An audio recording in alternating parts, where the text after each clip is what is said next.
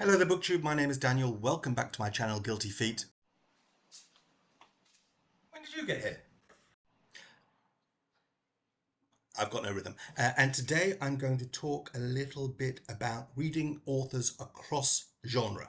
When I find an author that I like, how far am I willing to go to read that same author in writing in a different genre? Okay, let's start with the most obvious distinctions between simply fiction and non-fiction.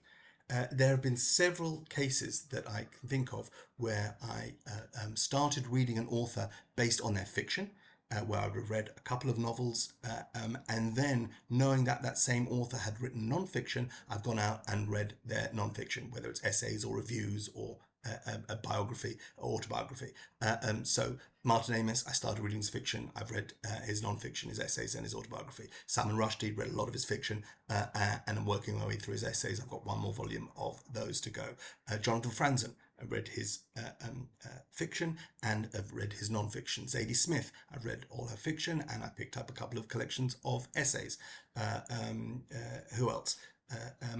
There's one, so you'll note that in this case, I've gone mostly from reading fiction to following that same author into non-fiction. I think there are far fewer cases. I can only think of one sort of edge case where I started reading an author's non-fiction and went from there, followed them into fiction. And it just, in my mind, it feels like I'd be less likely to do that.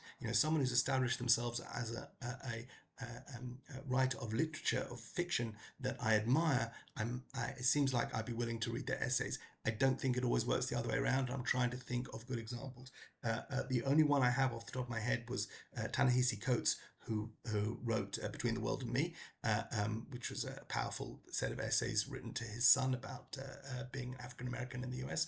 And after I read that, I did read some of the work he did on Black Panther, so a comic book. Sort of a foreshadowing of what's to come. He wrote the series, and I bought a trade paperback, also some foreshadowing of the first 6 issues of that. I did not read his novel. I think it was called The Water Dancer, which was quite well received, but it was a bit chunky, and which was one of the things that put me off. And then also what I didn't follow Ta-Nehisi Coates all the way into fiction, but I did read some comic book work that he did, despite him having established himself in my mind as a non-fiction reader.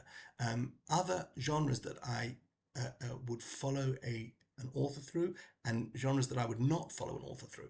So let's take someone like Elmore Leonard. I've read a whole bunch of his crime fiction. That's a genre that I am interested in. I've not read any of his westerns because I'm not so interested in westerns. I would, because I like Elmore Leonard, so I could easily pick up one of those, and I'm sure it'll be fine, even though it's not a genre that I would turn to for the most part. A genre I think I probably wouldn't follow an author into is horror, just because horror gives me the heebie-jeebies. It might even impact my relationship to the author. If an author that I'd read a couple of great novels by then came out with something in that genre, it might sour my relationship with that author. I don't know, but I'm so fond of it. As a Western, I can cope. I can read a Western. It wouldn't bother me. Not something I'm not that big a fan of historical fiction. I like contemporary Victorian literature. I'm not a big fan of contemporary literature set in Victorian times. But that's all just me. These are not rules. So you have an author like Jonathan Lethem, who, when he started, I think was being put in a sort of science fiction arena. Was it Gun with Occasional Music? I think it was one, and I didn't read those because he didn't show up on my radar. And then when he did show up on my radar, it was with the book Motherless Brooklyn, which is also kind of genre. It's sort of noir, crime-ish, and then he sort of becomes much more literary with The Fortress of Solitude and subsequent novels. I have actually also read work of non-fiction by Jonathan Lethem. So it seems like I haven't gone back and read his earlier speculative science fiction, whatever you want to call it.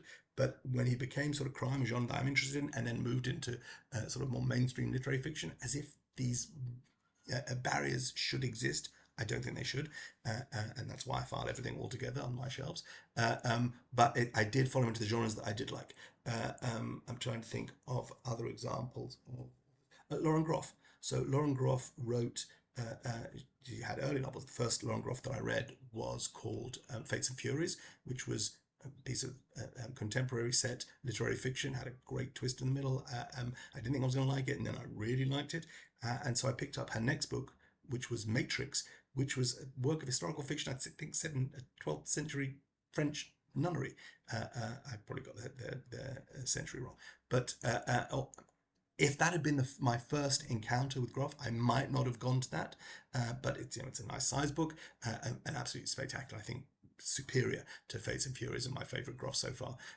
So even though I'm not a massive fan of literary fiction, of historical fiction, I should say, I was happy to make that leap and happy that I did. Same with Zadie Smith's last novel, which is her first historical fiction. So the barriers between modern literary fiction and historical fiction are probably less solid. Another two genres where I think the barriers or the wall between them is more porous would be, say, fantasy and science fiction. I don't read a whole lot of either fantasy or science fiction, but one of the authors that I read, a guy called Stephen Donaldson, who's probably a bit out of fashion, his work was always a little rapey. That first trilogy, the Covenant of no, it's the what do you call it, of Thomas Covenant. There's a trilogy, and there's a second Thomas Covenant trilogy, and then there's I think he's come back to the character later on. I read that first trilogy, very dense, very involved and dour. I read another fantasy series by him, which was two books, which was super fun and light and couldn't put them down. And I also read a 5-volume book of series of science fiction books that he wrote called the Gap series. So I've read Steve Donaldson's fantasy and I read his science fiction, but as somebody who's not a big reader of either, I don't think there was a huge difference in it wasn't a massive leap. If I could read one, I could read the other. And that's also we're going to talk about that in a little bit. So I'm keen to hear from you guys, whether you've followed an author from one genre to another, whether you read an author's fiction and non-fiction, whether you tend to go from fiction to non-fiction or from non-fiction to fiction, although I don't have many great examples of that. Norm Mailer, who I spoke about recently when I read that book, so he wrote fiction. I came to him through The Naked and the Dead, but you could say that's a work of autofiction, but not really. But then he also wrote The Executioner's Song. I've read Truman Capote. I started with his fiction with Breakfast at Tiffany's, but also read In Cold Blood, of course. So how do you feel about an author publishing in more than one genre? Is fiction, non-fiction not the same thing as different genres? I'd love to hear your experiences. Okay, the prompt behind this is a book that I read this weekend. And before I tell you about that, I'm going to tell you about the previous 3 books by this author that I read. And this is the Broken Earth trilogy by N.K. Jemisin. N.K. Jemisin is a woman, a person of colour, who wrote this very involved, very hugely successful fantasy series, starting with the 5th season, Stone Sky. I forgot this in the right order now. 5th season, The Obelisk Gate and The Stone Sky. And this had terrific, I read this in like 2017, 2018, had terrific reviews. The reason I picked it up is because everyone was raving about it. He won a Hugo Award for each of the 3 volumes. Each one was published a year after the other, and each time she won a Hugo Award for the best, whatever Hugo gives awards for, which was impressive in itself, in a genre that I don't read a lot of fantasy. I read The Hobbit and Lord of the Rings when I was a teenager, but I haven't really indulged terribly much on that. So I thought this will be great. If this is winning all those awards, I'll be reading fantasy, which is the very top of its game. And the truth is, I was a little disappointed. I mean, the other reason why I picked these up, I'm not ashamed to admit, is back in the day, Amazon was selling this for £2. This has got an £8.99 cover price, and I saw there was a special sale, £2. That's 22% of the actual cover price for a brand new paperback. And I think I got these 2 in a similar kind of deal. So paid very little for all 3. That's not the only reason I read them. They were great reviews, but I didn't love it. I was kind of underwhelmed by the trilogy, and I'll tell you for why. I understand that world building is a huge part of both fantasy and science fiction. To me, I'm okay with that. You know, I understand that you've got to establish the arcane rules of this society that we are reading about, and how the magic works, or how the feudal system works, or blah blah blah, whatever it is.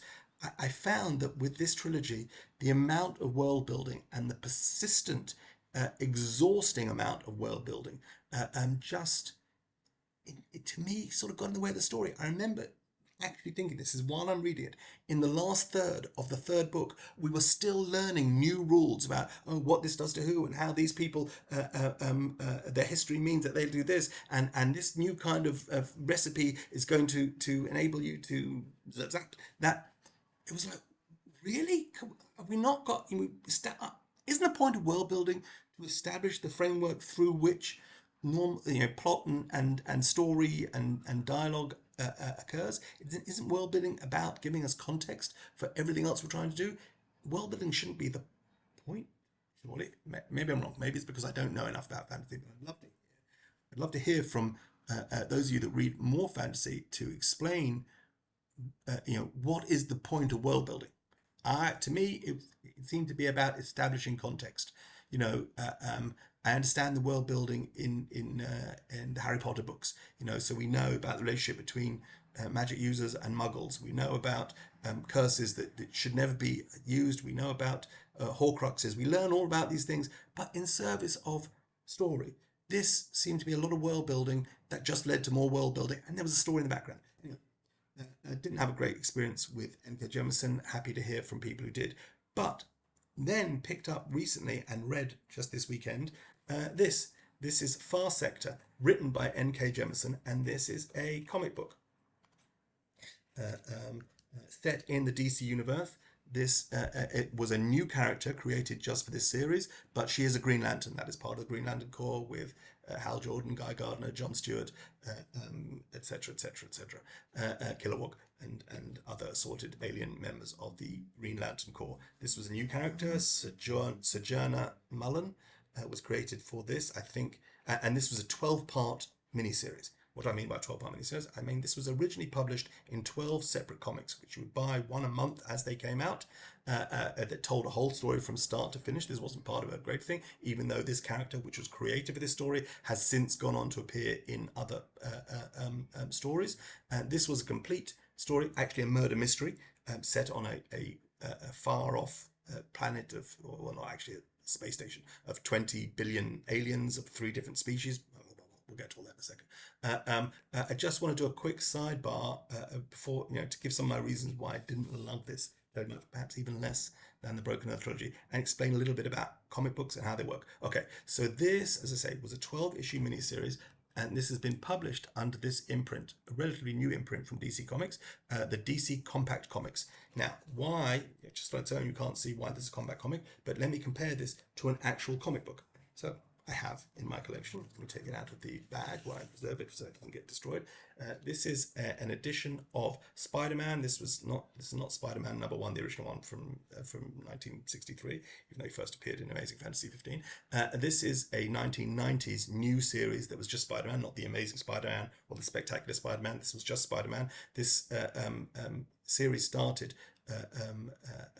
This was written and drawn by Todd McFarlane, who was a hugely successful writer for Marvel at the time. I just want to show you the size of this relative to my compact comic. And you can see that this edition that I just read of 12 of these, this is one floppy comic, 12 of these are inside this book, and the size is a bit smaller. Another comparison. Normally, these kind of things would be collected. You can see here, this was the first sort of 5-part story. Normally, these would be collected, and this, I think, I believe was collected in a trade paperback containing 5 or 6 normal issues in a little, this is what I call graphic novels or trade paperbacks, and this is mostly what I read. I don't buy comics anymore. This is, for example, The Walking Dead. You may know from the very successful TV series and its spin-offs. This was the original comic book of The Walking Dead. This is the first 6 issues collected in a trade paperback, originally drawn in black and white, very creepy, very dark. I've kind of given up on this series, to be honest. I mean, too much horror. I can take it in a comic book, but I've got the first 2 volumes of, I think, 30 odd. I'm not going to be exploring this further, but these are the same size. You can see these are the exact same size. So 6 versions of this, and they come in the same size, both bigger than this. Now, I also have, just if I'm already talking about comic sizes, I also have some sort of omnibus or extra editions, and this would be the equivalent of 2 of these. So this might be 5 or 6 issues. This could be 10 or 12, and this is a series I read called Chew, and this I think is the first 10 issues of Chew, and this is much bigger than something like this. And so this is bigger than the original comic book art, and you get these delicious, rich pages, and this was fun to read. I've got 6 issues of this in this, so this would be, originally it was a comic book series of 60 issues, and I've got this 6, they call them the omnivore editions, which is because it's about chew, it's about somebody who eats things. Okay, so that's the first thing to know about this compact edition, compact comic, and the reason why I bring it up is because it was quite hard to read. The writing was very, very small, and I struggled with it. So just the format itself was difficult for me. Also, I bought the secondhand, that's why it's got that terrible crease down it. I got it cheap from eBay, and I know I bought it secondhand, but I don't think that's the reason the comic is badly printed. Actually, the whole cover came off because however it was glued there was very weak, and so this didn't hold up. Now, that doesn't happen to me with trade paperbacks, tighter binding, but maybe this was too many pages, maybe trying to get all 12 issues into a single, whatever it was, the format isn't really working for me. And now to talk about the story itself, so dull, so much hard work, so much persistent world building. So I thought it'd be a good chance to read Jemison again after my less satisfactory experience with her novels, because this is a world that I'm kind of familiar with. I'm not the biggest fan of the Green Lanterns and the Green Lantern Corps, not a fan of the whole sort of cosmic aspect of either Marvel or DC, if I'm honest. But at least I know about the Green Lanterns. I understand the context in which we're coming, and even if this is an original story, it's this, I know about how Green Lantern rings work. I know their weaknesses and their strengths, and you have to recharge them, and I know all that kind of stuff. And yet, Jemison has imposed her own love of world building on this. So, we get a Green Lantern whose ring, for inexplicable reasons, is different to everyone else's.